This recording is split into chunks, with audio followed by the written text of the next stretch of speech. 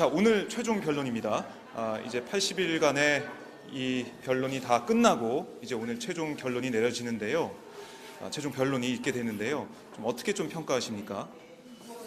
80일 전에 국회가 3분의 2 의결 정족수를 충분히 채워서 박근혜 대통령에 대한 탄핵소추를 의결한 이후로 헌법재판소는 매주 2번, 최근에 와서는 3번까지 변론을 열었고 주요한 증인들에 대해서 증인신문을 다 했습니다. 전체적으로 박한철 헌재 소장께서 아주 소신껏 원활한 재판 진행을 한 결과고, 또 여러 재판관들이, 특히 주심 재판관인 강일원 재판관이 애를 많이 썼다고 평가를 합니다.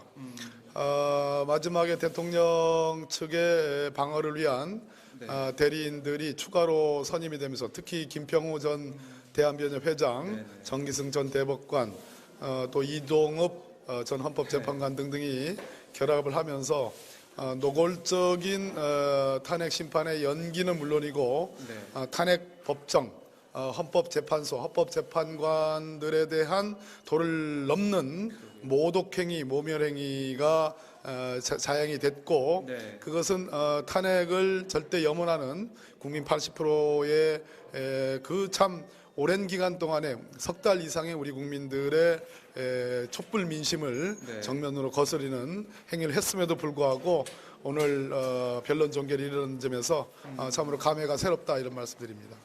네, 의원님. 지금 뭐 언급을 해주셨지만 오늘 이 최종 변론이 그렇게 만만치 않을 것 같습니다. 왜냐하면 저쪽 대통령 측 대리인당 쪽에서는 어떻게든 이것을 끌어보려고, 그리고 지난주 보셨겠지만 아까 말씀하셨지만 막말 변론, 필리버스터 변론 뭐 이런 게 또 나올 수가 있거든요. 이런 방해 공작 좀 예상을 하고 계시는지요? 이미 뭐 속을 다 보였습니다. 할 수 있는 카드는 다 써본 것 같고요.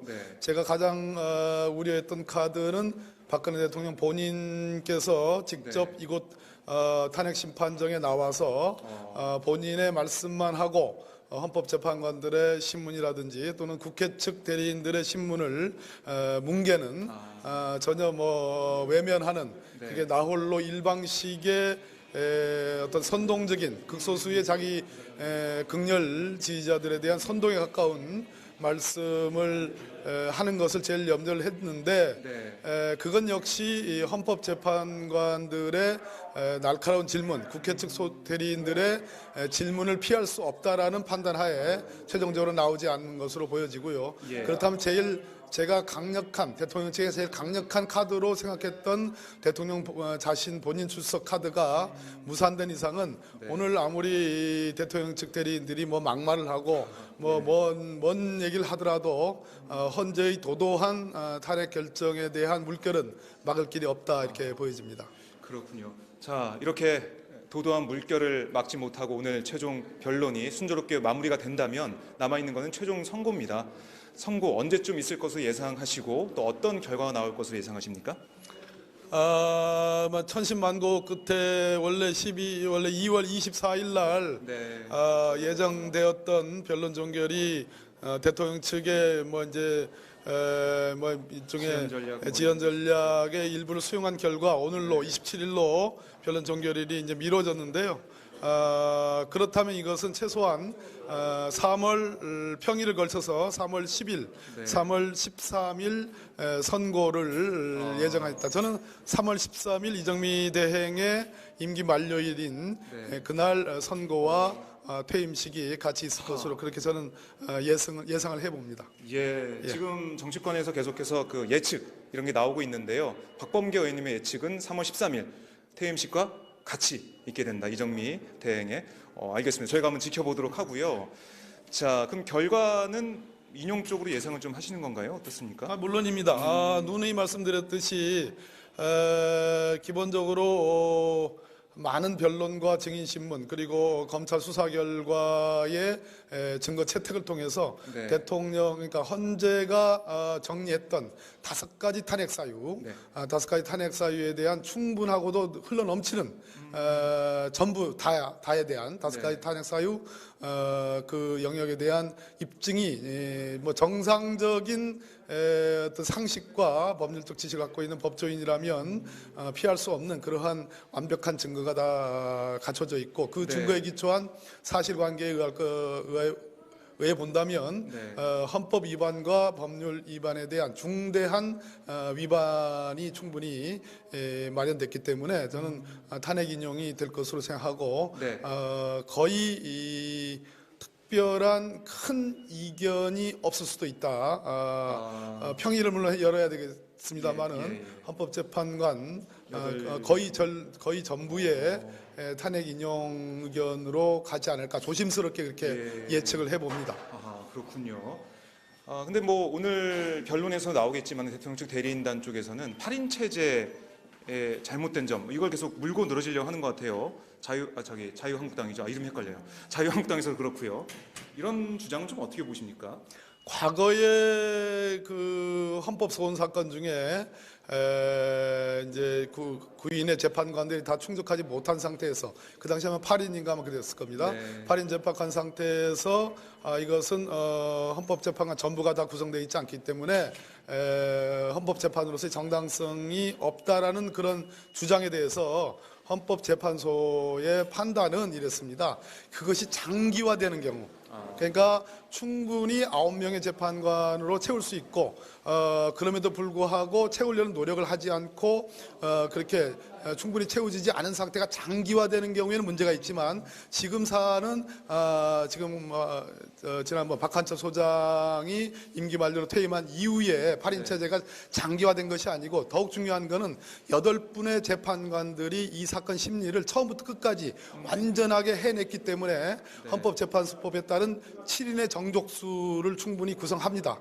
그리고 8분이 모두가 단 한 분도 예외 없이 처음부터 끝까지 심리를 직접 했던 직접주의, 변론주의의 재판관들이시기 때문에 네. 저는 뭐 8인의 재판관들에 의한 탄핵 결정은 전혀 법리상 문제가 없다. 더군다나 재심을 주장하는데 헌재 재판에는 재심이라는 게 없습니다. 헌재는 우리나라의 헌법 위반과 관련된 종국 판단, 최종적인 판단에 해당하기 때문에 거기에 대한 재심이라는 건 있을 수가 없습니다. 네, 잘 들었습니다. 저희가 이렇게 박범계 의원님 말씀 들으니까 한 번에 다 정리가 되는 것 같아요. 예, 그리고 결론도 좀 예측을 해볼 수가 있고요. 그리고 이걸 한번 제가 여쭤보고 싶습니다. 이건 안 여쭤볼 수가 없는데 오늘 황교안 권한대행이 특검 수사기간 연장 불승인했습니다. 참 저희가 국회에서 의원님하고 말씀 나눌 때 이런 좀 우려도 좀 해봤지만 이게 사실로 되니까 많은 분들께서 눈앞이 캄캄하다. 어떻게 이럴 수 있느냐. 황교안 권한대행 이대로 두면 되겠느냐 이렇게 주장하고 계세요. 어떻게 보십니까? 특검법 조항은 제가 기초를 했는데요. 그 조항상의 수사기간 연장 조항은 사망에 있는데요. 14조 사망으로 기억합니다. 그 사망의 주어는 특검이 주어지 대통령이 주어가 아닙니다. 무슨 얘기냐면 특검은 수사 미증과 공소 결정을 정하지 못한 경우에 대통령의 승인을 받아 연장 30일 연장 조항으로 이렇게 되어 있습니다. 무슨 얘기냐면 특검이 2가지 사안에 해당한다고 해서 연장을 신청하게 되면 대통령은 특별한 사정이 없는 한 연장을 하도록 되어 있는 그 조항입니다. 네. 그래서 조문의 형태와 문장의 배열이 사실상 대통령의 재량 영역을 거의 제로로 만들어 없애놓은 기속행위 내지는 기속재량행위에 해당하기 때문에 네. 지금 엄연히 이 특검에 의해서 미진한 수사들이 많이 남아 있습니다. 그러나 그것은 단서에 불과한 것이 아니고 수사가 개시돼 가지고 증거가 상당 부분 갖춰진 부분이기 때문에 앞으로 한 보름 내지 20일 정도만 수사 기간이 확보되면 네. 수사 성과를 낼 수 있는 것입니다. 우병우 부분이 그렇고요. 네. SK 롯데와 같은 자녀 재벌 기업들이 그렇고 세월호 7시간이 그렇고 또 최순실 박근혜 대통령 어떤 공동계좌